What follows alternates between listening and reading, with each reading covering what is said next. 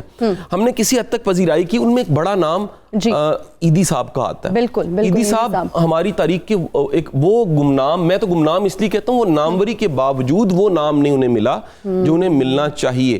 اور عیدی صاحب ایک وہ کمال کے کریکٹر ہیں، ایک کمال کے انسان ہیں جو ہر شخص کے لیے، جس کے پاس وسائل بڑے محدود ہیں، جس کے پاس ہے کچھ نہیں، اصل میں یاد رکھیں کسی کی کامیابی کئیوں کو تحریک دے دیتی ہے، کسی کی کامیابی یہ بتاتی ہے کہ ممکن ہے، کئیوں کی کامیابی یہ بتا جاتی ہیں کہ دیکھو کچھ بھی نہیں تھا اور کچھ بھی نہیں سے سفر شروع کر کے آخرکار 19 توپوں کی سلامی سے دنیا سے رخصت ہو رہے ہیں، اور کیا بانٹ کے جا رہے ہیں۔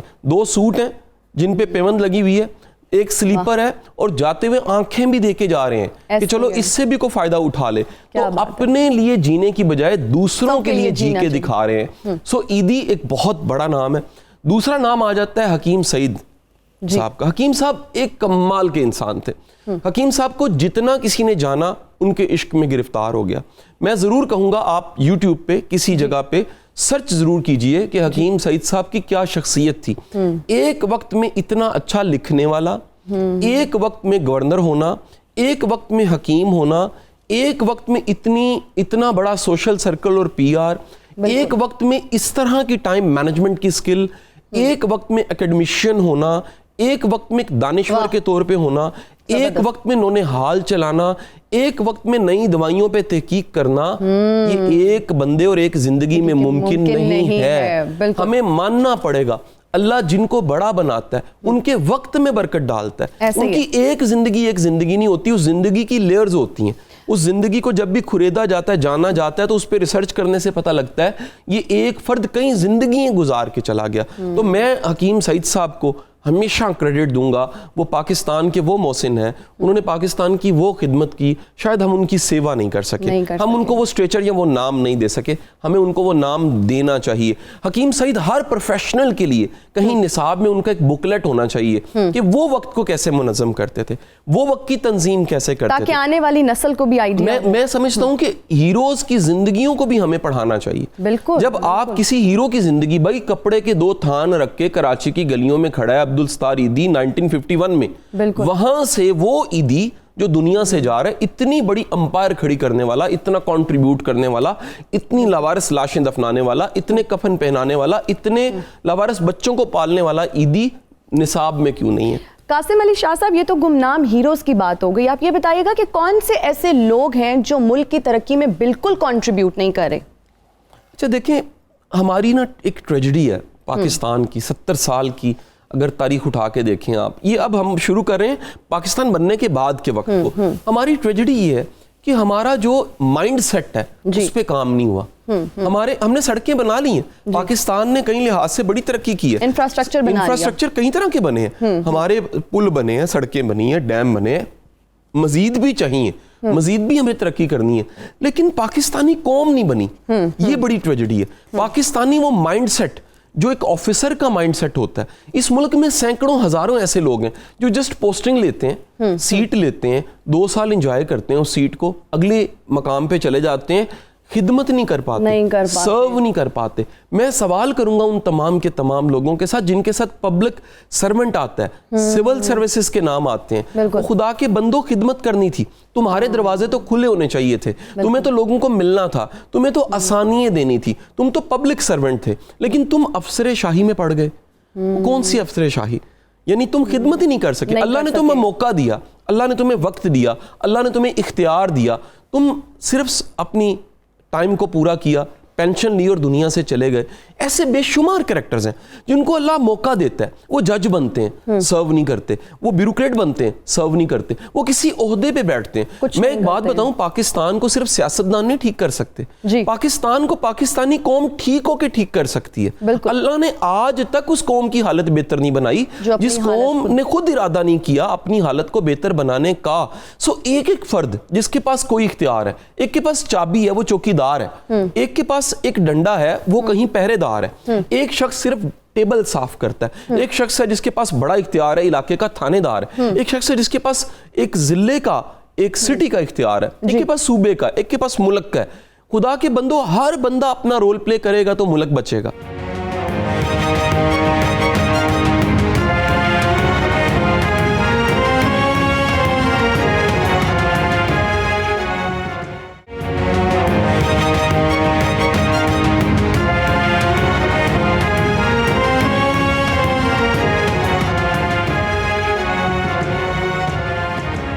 قاسم علی شاہ صاحب، آپ ایک قوم بننے کی بات کریں، مجھے یہ بتائیے گا کہ ایک اچھی قوم بنا کیسے جا سکتا ہے؟ دیکھیں، دنیا میں جو اچھی قومیں ہیں ان کے ہاں قومی مفادات ہیں، وہ قومی مفادات پہ چلتے ہیں. آپ کی قوم کا بڑا چیلنج یہ ہے کہ شعور نہیں ہے. آپ تعلیم تو دے رہے ہیں، اس کو جس کوالٹی کی تعلیم دے رہے ہیں وہ دیکھ لیجئے. اس ملک کی بڑی ایلیٹ کلاس ایسی ہے جن کے بچے یہاں نہیں پڑھتے. میں ہر شعبے کی بات کروں گا، میں گورنمنٹ ڈپارٹمنٹس میں سرو کرنے والوں کی بات بھی کر رہا ہوں، میں بزنس کمیونٹی کی بھی بات کر رہا ہوں، میں میڈیا کے ٹاپ لیجنڈز کی بھی بات کر رہا ہوں، میں جوڈیشری کی بھی بات کر رہا ہوں. مجھے ایک دفعہ ایک انگلینڈ میں ایک لا کالج کے افتتاح پہ جانے کا موقع ملا. وہ تمام ججز جو لاہور سے وہاں موجود تھے، ان سب کے بچے خود لنڈن میں پڑھ رہے تھے. بھائی، پاکستان کی کوالٹی ایجوکیشن کیوں نہیں ہے؟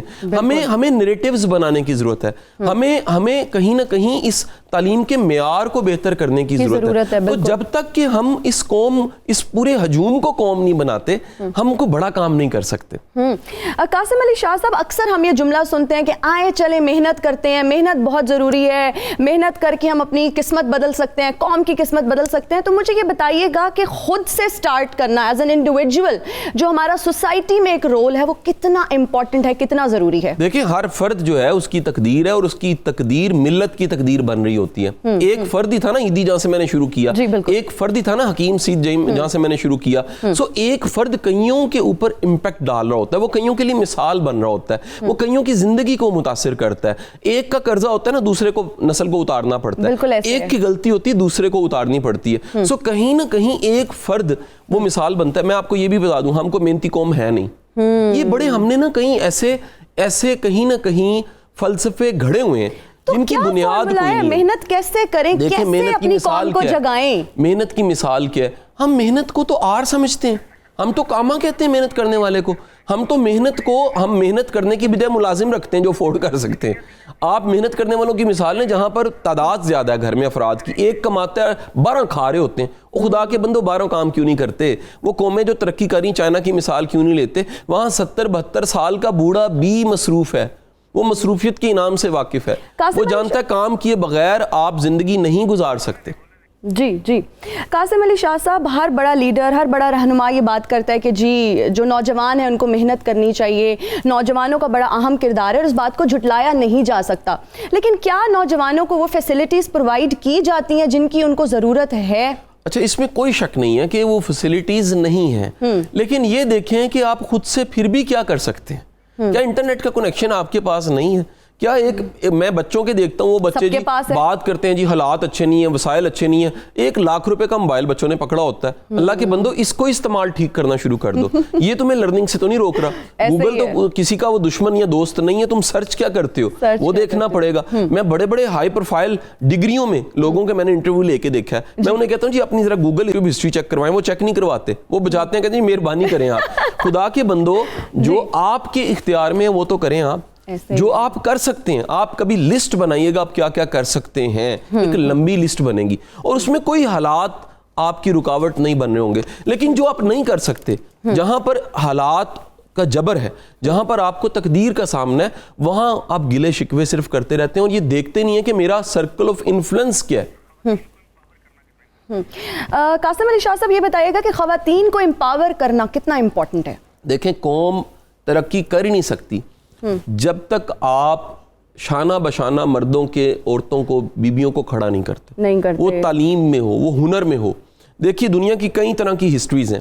آپ کبھی سکھ ہسٹری پڑھ کے دیکھیے, آپ کو دنیا میں واحد قوم ملے گی سکھ جن کے ہاں بیکاری نہیں ہے. آپ دنیا میں انہیں جا کے آپ امریکہ میں دیکھ لیں, آپ انہیں آپ کینیڈا میں دیکھ لیں, آپ انڈیا میں دیکھ لیں, پاکستان میں دیکھ لیں, سکھ بیکاری نہیں ملے گا آپ کو. وجہ جانتے ہیں کیا ہے؟ وجہ ہے رنجیت سنگھ کا ٹائم, جس میں اس نے ڈیسائیڈ کیا اپنے ایڈوائزرز کے ذریعے کہ ہمیں عورتوں کے لیے تعلیم کو لازم کرنا ہے. اور یہ اس کے ایڈوائزرز نے کہا اس کو کہ اگر تم عورت کی تعلیم لازم کرتے ہو, نانیوں دادیوں کو پڑھا دو, بیٹیوں کو, بیویوں کو, بہنوں کو, سب کو پڑھا دو, تمہاری قوم میں بیکاری کوئی نہیں ہوگا. سو بیکاری سے, بیکار پن سے بچنے کے لیے, بیکاری بننے سے بچنے کے لیے صرف ایک رستہ ہے, آپ اپنی نسلوں کو تیار کرنے کے لیے فیمیل کی تعلیم لازم کریں, انہیں امپاور کریں.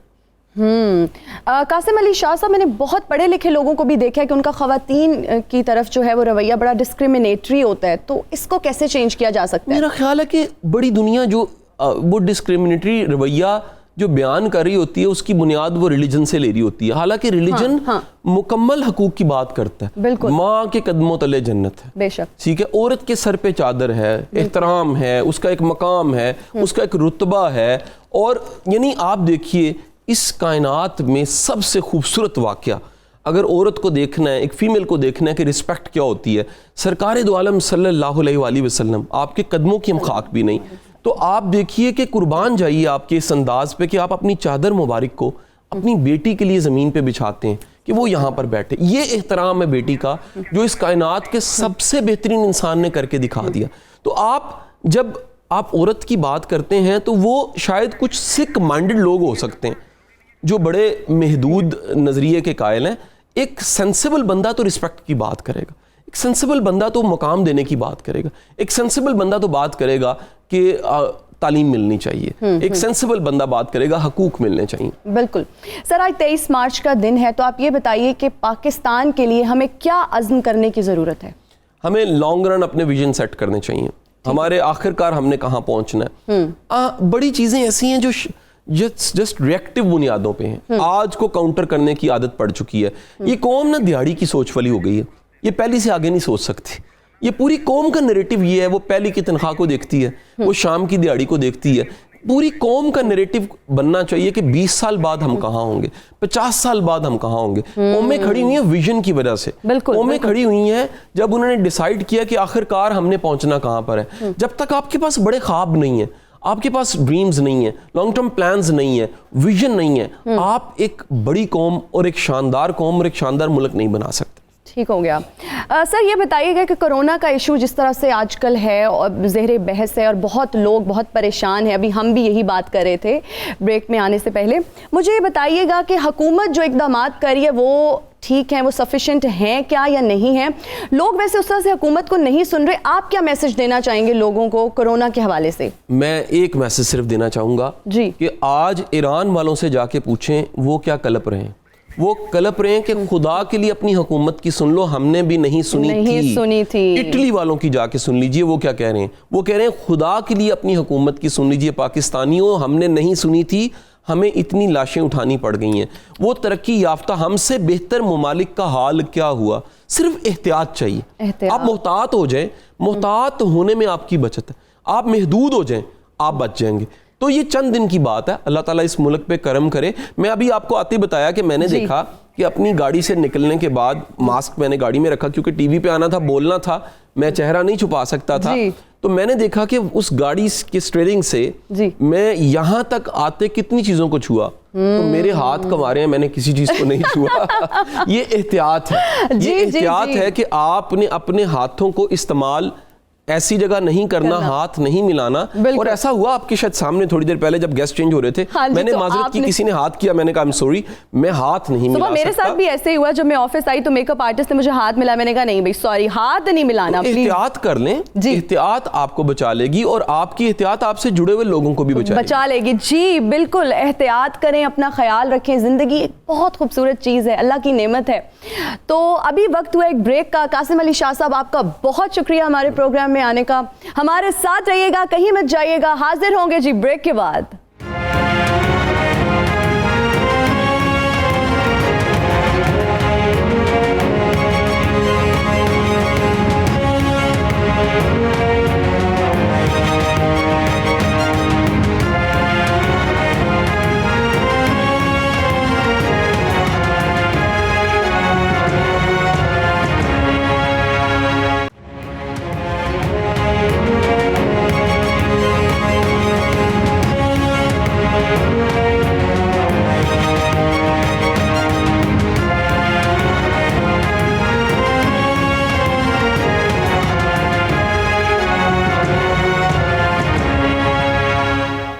جی ناظرین, اس وقت ہمیں پروگرام میں اسلام آباد اسٹوڈیو سے جوائن کیا ہے افتخار عارف صاحب نے, جو ایک ادیب ہیں, شاعر ہیں. السلام علیکم سر, ویلکم ٹو دا شو. علیکم السلام, بہت مہربانی. آپ نے بہت اچھا نغمہ سنایا اور بہت ہی یادیں تازہ کی. بچی نے بہت ہی اچھا گایا ماشاءاللہ. جی, افتخار عارف صاحب کے علاوہ اوریا مقبول جان صاحب نے ہمیں لاہور سے جوائن کیا ہے. خوش آمدید کہتی ہوں سر آپ کو شو میں. کیسے ہیں آپ؟ جی شکریہ, بہت بہت, اللہ کا کرم, بہت مہربانی. افتخار عارف صاحب یہ بتائیے گا کہ حصول پاکستان کا مقصد کیا تھا, اور کیا ہم نے اس مقصد کو پا لیا ہے؟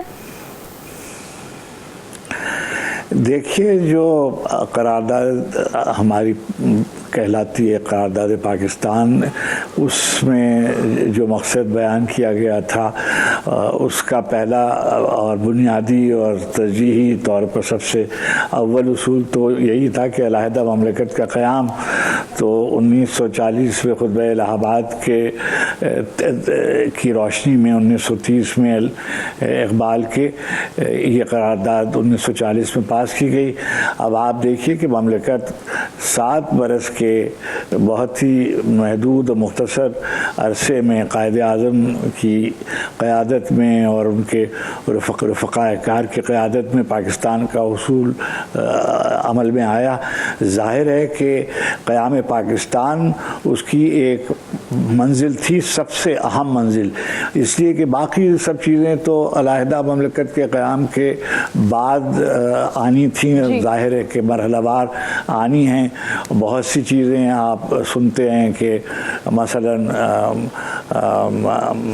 امریکہ ہے یا دوسرے ممالک ہیں جہاں آزادی اس طریقے سے کسی نہ کسی طور پر حاصل ہوئی, وہاں جو قراردادیں پاس ہوتی ہیں, جو اعلان نامے ہوتے ہیں, جو میثاق پہ دستخط ہوتے ہیں, اس میں یہ نہیں ہوتا کہ 14 اگست 1947 کو ہی سب چیزیں عمل میں آ جائیں گی. ظاہر ہے کہ مملکت قائد اعظم کے مسلم لیگ نے حاصل کی.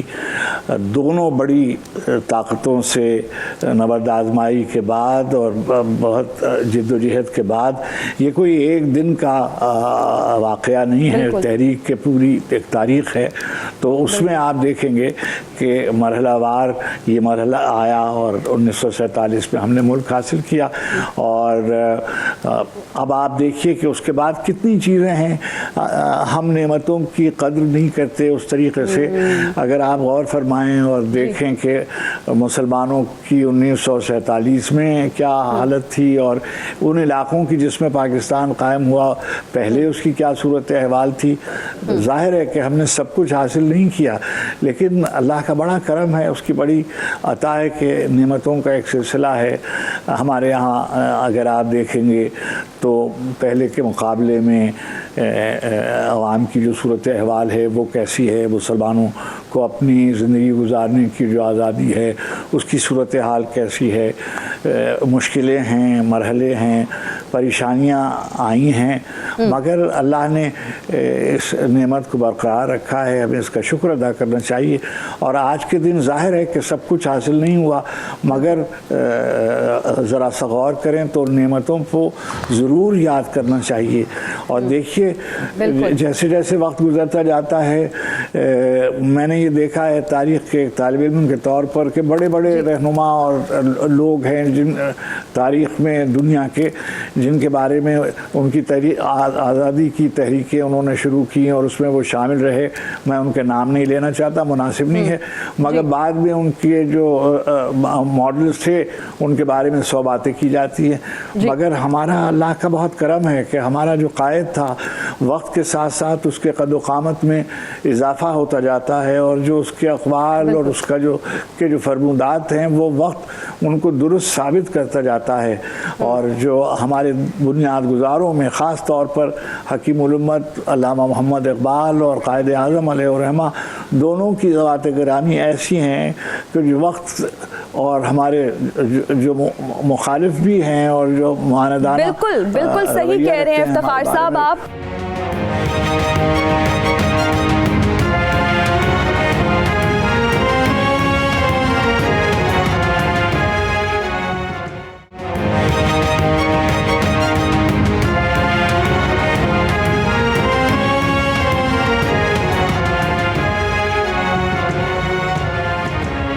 پاکستان ہم نے بہت کوششوں کے بعد, بہت محنت, بہت لگن سے حاصل کیا ہے, تو کیا پاکستان کی ہم اس طرح سے قدر کر رہے ہیں یا قدر نہیں کر رہے؟ دیکھیے پہلی بات تو یہ ہے کہ پاکستان جو ہے یہ انسانی تاریخ کا ایک بالکل انوکھا واقعہ ہے جی, اور اس کو اس کے حساب سے اگر ہم دیکھا جائے تو آپ حیران ہوں گے کہ 1920 کے آس پاس لیگ آف نیشنز میں قومی ریاستوں کا بننا شروع ہوا ہے اور پاسپورٹ کا ڈیزائن آیا ہے.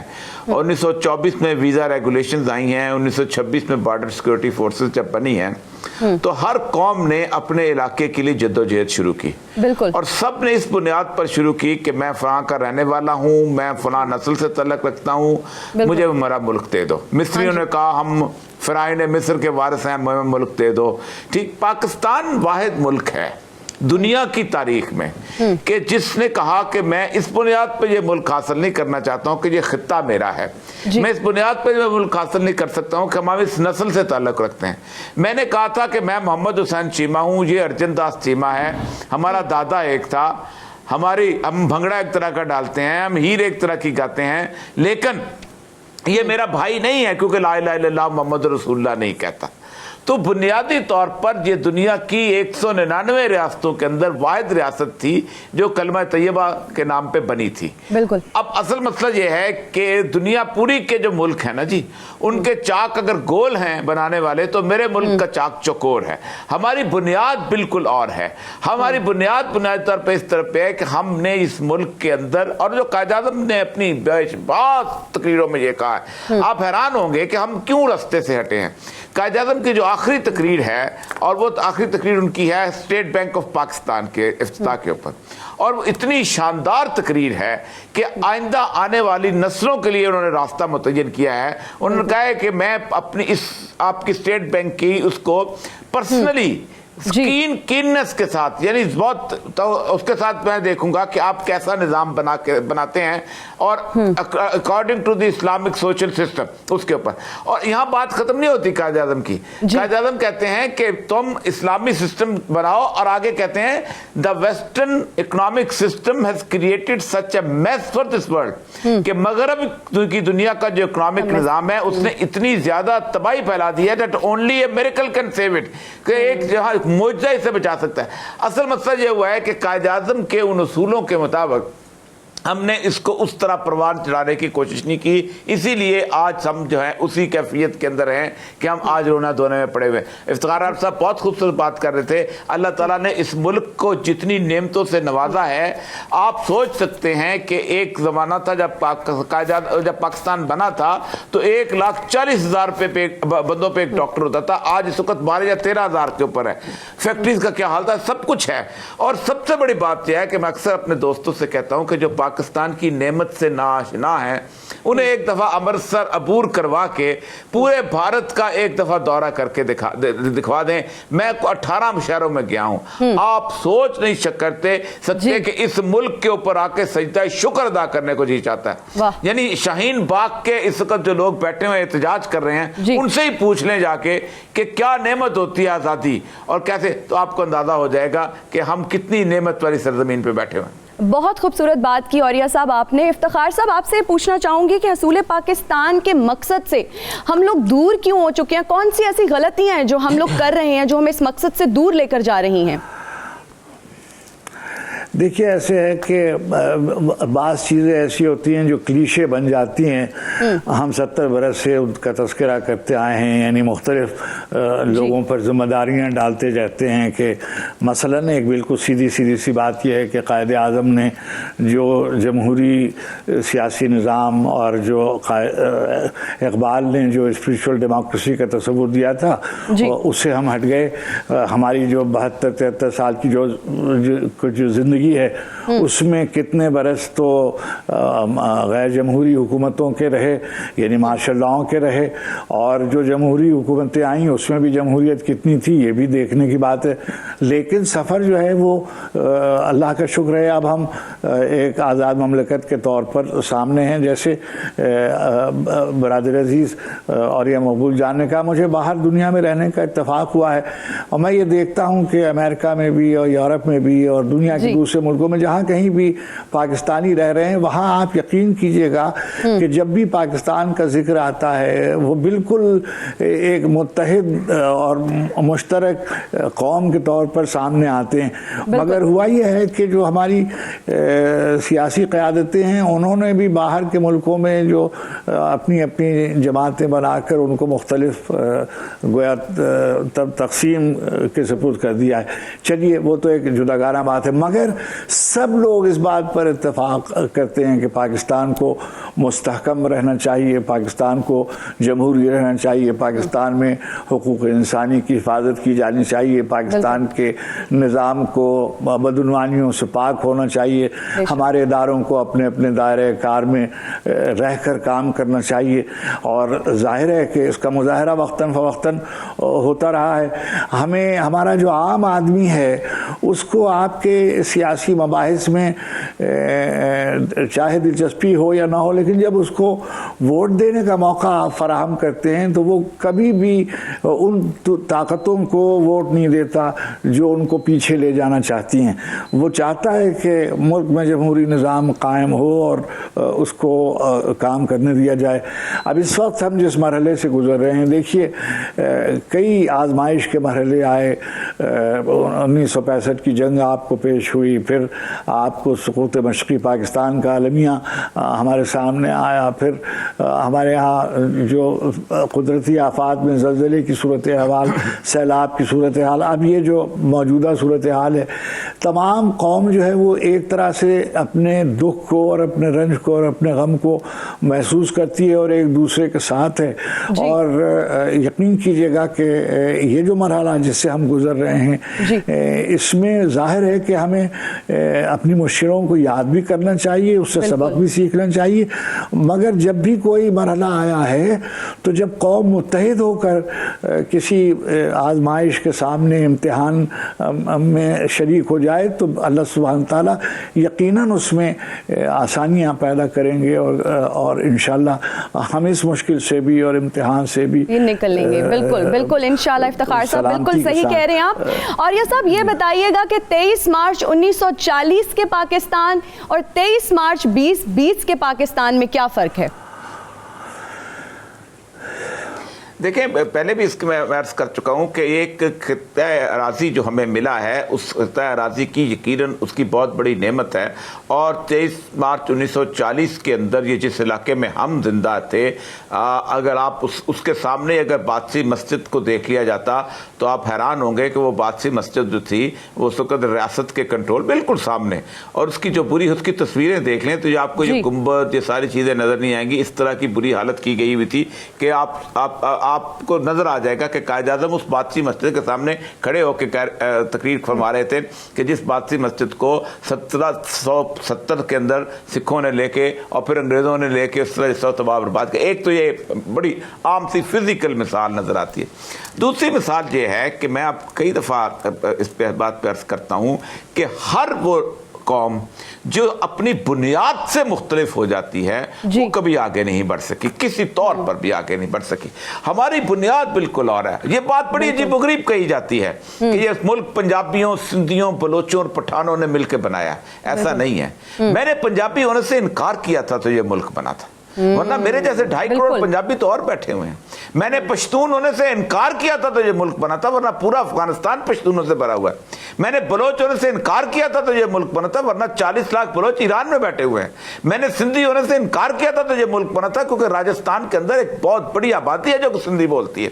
تو ہمارا مسئلہ سارا یہ ہے کہ ہمارا یونیفیکیشن کا, ہمارے اتحاد کی ایک ہی علامت تھی اور وہ تھی کلمہ طیبہ لا الہ الا اللہ محمد رسول اللہ. ہمارے اوپر آفتیں, مصیبتیں, پریشانیاں جتنی بھی, آپ سوچیں کہ بنگالی, اب 71 کی بات ہوئی ہے, بنگالی ہم سے علیحدہ ہوئے اس بنیاد پر ہوئے کہ ہماری زبان ایک ہے, ہم ایک بنگلہ باشو بولتے ہیں, ہمارے ہاں ایک میگا چھاتی ہے, ہم بنگالی ہیں, ہمارا کلچر ہے. لیکن جب ملک بنانے کا وقت آیا تو وہ بھارت جہاں جو تصور کرتا تھا کہ ایک ہندوتوا ہوتا ہے, ایک ملک ہوتا ہے, انہوں نے کہا خبردار, تم لوگ چونکہ لا الہ الا اللہ پڑھتے ہو, تم ملیچ مسلمان ہو, کلکتے کی طرح رخ مت کرنا, تمہارا علیحدہ ملک بناؤ. آپ اندازہ کریں اگر ایک بنگالی قومیت ہوتی تو آج کلکتہ ان کا ہیڈ کوارٹر ہوتا. اور میں آج بھی کہتا ہوں کہ اس دنیا کے نقشے پر ایک اور ملک 2 قومی نظریے کی بنیاد پہ بنا اور وہ بنگلہ دیش تھا. دیکھو آپ اس کو نہیں مانتے, نہ مانیں. اگر ایسی بات نہ ہوتی تو آج دنیا کی سب سے خونی جو سرحد ہے وہ بنگلہ دیش اور انڈیا کی ہے. بنگال سے لوگ مائیگریٹ کر کے انڈیا جاتے ہیں, 1 کروڑ 40 لاکھ لوگ مائیگریٹ کر چکے ہیں, اور انہوں نے وہاں پر اس کو فینس لگائی ہوئی ہے. باڑ بنگالی اس کے اوپر ہر روز کوئی نہ کوئی لاش لٹک رہی ہوتی ہے, ہندو جو ہے اس کو فورس, بھارت کی فوج ہے ان کو مار دیتی ہے. یہ ہے اصل تفریق. پاکستان برصغیر پاک و ہند کے اندر ہماری پہچان مسلمان کی حیثیت سے ہے, اور یہ صاحب یہ ٹاپک ایسا ہے, معذرت کے ساتھ آپ کو میں کاٹ رہی ہوں آپ کی بات کو, اور یہ صاحب یہ ایسا ٹاپک ہے اس پہ جتنی بات کی جائے اتنی کم ہوگی. لیکن جاتے جاتے ٹائم ہمارے پاس کم ہے. میں افتخار عارف صاحب سے پوچھنا چاہوں گی کہ جو اس وقت ملک کی صورتحال ہے, کرونا وائرس کی وجہ سے ہر شخص پریشان ہے, پوری دنیا پریشان ہے, آپ جلدی سے کیا کوئک میسج دینا چاہیں گے عوام کو؟ دیکھیے ایک بات تو میں غوریہ صاحب کی بات سے ذرا سا مختلف بات کہنا چاہتا ہوں کہ ہمارے سندھی اور پنجابی اور پشتون اور بلوچ ہونے میں اور ہمارے مسلمان ہونے میں کوئی تصادم نہیں ہے. ہم سندھی بھی ہیں اور ہم, یعنی میں سندھی بھی ہوں اور میں پاکستانی بھی ہوں اور میں مسلمان بھی ہوں اور میں عالم انسانیت کا ایک فرد بھی ہوں. اس میں کوئی تصادم نہیں ہے اور اس کو تصادم کا نظریہ نہیں بنایا جانا چاہیے. اور یہ جب تک ہم تسلیم نہیں کریں گے تب تک ہم ظاہر ہے کہ خاص ہے ترکیب میں قوم. عارف صاحب ہمارے پاس وقت کی کمی ہے جس وجہ سے ہم آپ کی بات کو یہاں پہ کاٹیں گے, روکیں گے. خواتین و حضرات, یہ ہمارا آج کا اسپیشل پروگرام تھا 23 مارچ کے حوالے سے. امید کرتی ہوں کہ آپ نے بہت کچھ سیکھا ہوگا, بہت کچھ سمجھا ہوگا. آج کے پروگرام کا وقت ہوا ختم. ہمیں اپنا فیڈ بیک دینا نہ بھولیے گا. اپنا خیال رکھیے گا. اللہ حافظ.